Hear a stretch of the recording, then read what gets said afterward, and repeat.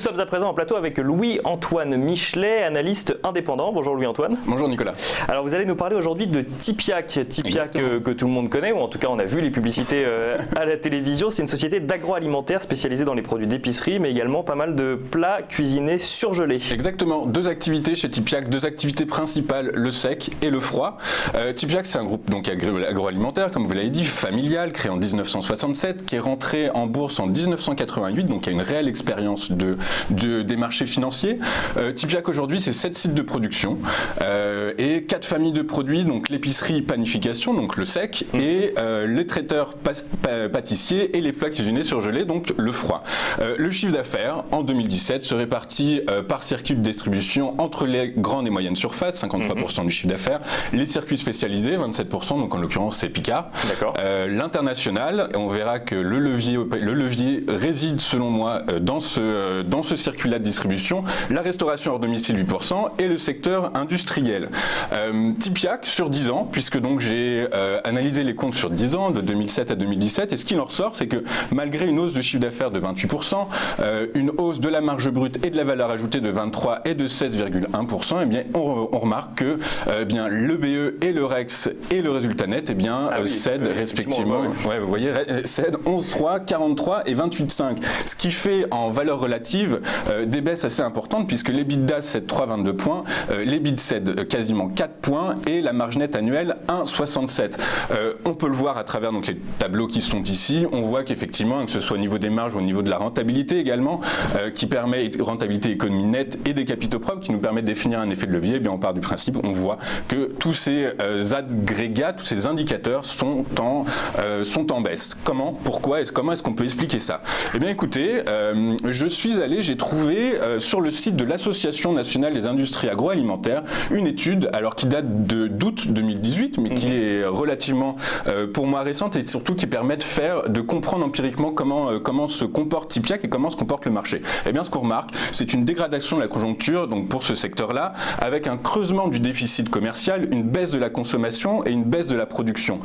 Ce qui a un impact fondamental immédiatement sur la contraction, puisqu'on assiste à la contraction des marges, via notamment à la hausse du prix des matières premières et la déflation observée sur les prix pratiqués, puisque depuis 40 mois consécutivement, eh bien, on remarque une baisse des prix pratiqués sur ces produits-là.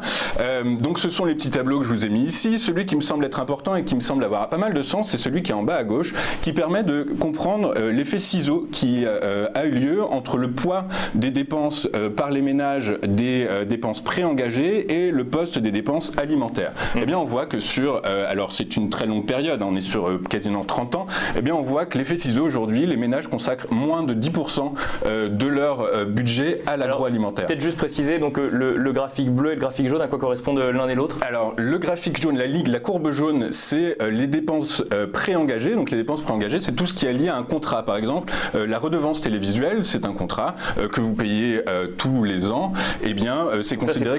C'est prévu, voilà, c'est ça exactement, c'est prévu. On a d'autres choses, par exemple tout ce qui est abonnement internet ou tout ce qui est prévu exactement, et l'agroalimentaire, et donc on voit que le split se fait depuis assez longtemps, et pour considérer qu'effectivement aujourd'hui donc on assiste à une baisse des volumes, les volumes de vente sont moins importants, on assiste à une baisse des prix, et bien tout ça a un impact évident et un impact direct sur l'évolution des taux de marge. Donc là c'est le tableau qu'on a en bas à droite, à la fois donc en données statistiques, puisqu'on a le graphique qui nous permet de bien comprendre comment l'écart se comprend, et surtout donc en valeur absolue, on remarque que depuis 2016, eh bien le BE, agrégé de l'ensemble des sociétés présentes sur le secteur agroalimentaire, perd quasiment 2 milliards d'euros. On passe en 2016 de 18,815 milliards de BE à 16,888 en 2018. Donc on achète plus mais moins cher, si je comprends bien. Exactement, et surtout au-delà de ça, alors c'est également l'évolution du solde commercial, on achète plus de produits qui viennent de l'étranger que de produits fabriqués en France. Donc tout ceci, eh bien, ça a un impact évident. Malgré la mode du Made in France. Malgré la mode du Made in France, mais le Made in France s'exporte, et c'est pour ça en fait en réalité que peut-être éventuellement Tipiak devrait penser peut-être à s'internationaliser plus, à essayer de développer plus ses parts de marché à l'étranger pour justement contrer en fait cette problématique conjoncturelle, puisque donc cette note-là donc publiée par l'Association nationale des industries agroalimentaires est bien rédigée et surtout avec un ton qui dénote un peu de ce que l'on peut trouver d'habitude, mais en tout cas ce qui est dit, c'est que tant que des mesures structurelles engagées par par le gouvernement français ne viendront pas soutenir le pouvoir d'achat des Français, eh bien l'industrie agroalimentaire en pâtira. C'est exactement ce que nous dit Tipiak dans ses, je dirais, perspectives pour l'exercice 2018. Alors tout avant, le petit tableau en haut à droite, donc c'est le S1 2018 de Tipiak. On voit que ce soit le chiffre d'affaires, le BE, le résultat net, le résultat opérationnel et le résultat net sont en baisse. Alors ce qu'il faut savoir, c'est que c'est une activité très cyclique et donc généralement les premiers semestres ne sont pas révélateurs de ce que sera l'atterrissage à la fin de l'exercice.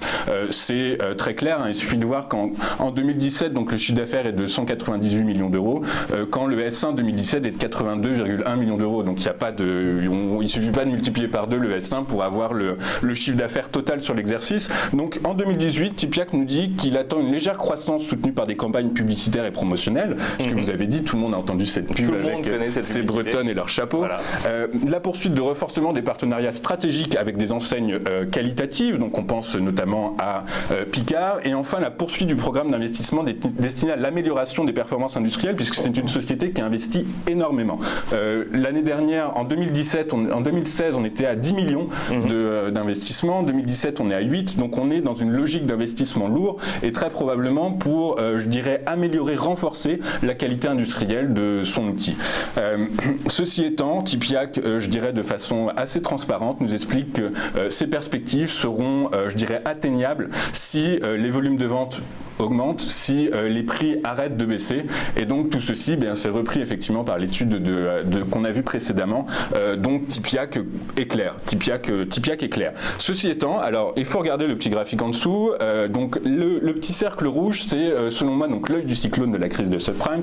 En gros on se situe entre le premier semestre, début du premier semestre 2007 et fin du deuxième trimestre, fin du premier trimestre 2009.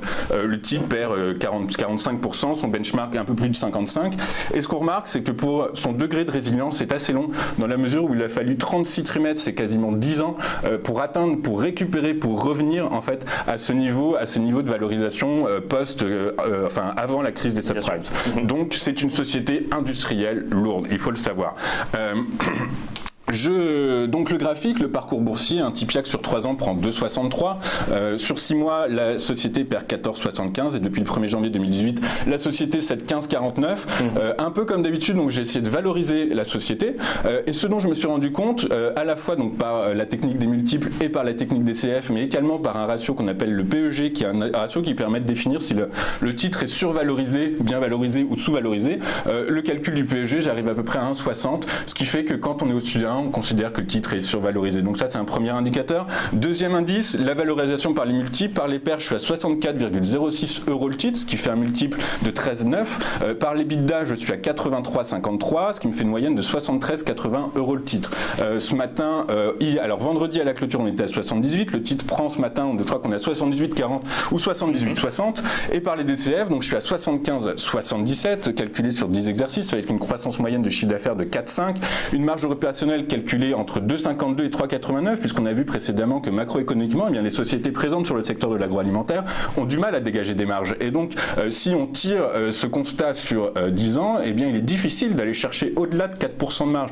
Quant au coût du capital, j'ai calculé à 3,57, le bêta retenu 0,68 et la prime de risque 7,64.